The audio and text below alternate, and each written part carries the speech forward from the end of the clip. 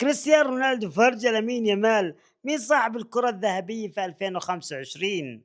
بعمر الأربعين رجع لقب ثاني للمنتخب البرتغالي، والحلو في الموضوع انه كان له دور اساسي في البطولة.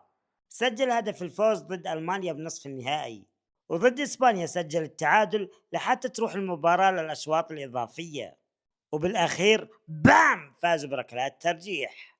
كريستيانو بكى من الفرحة، وهذا ثالث لقب له مع المنتخب، واللقب أعطاه دفعة معنوية ليكمل كمان سنة لحتى يوصل لكأس العالم 2026.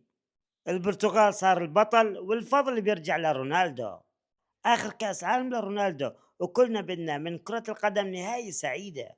وأخيرا بعد 5 سنين رفع اللقب المنتظر لحتى يقول باي باي، وعملها قدام إسبانيا القوية. بس ما بنقدر ننسى دييغو كوستا اللي أعطى كل إشي عنده، لأنه صد ركلة جزاء وفازوا باللقب. إذا بتحب رونالدو اعمل اشتراك سي.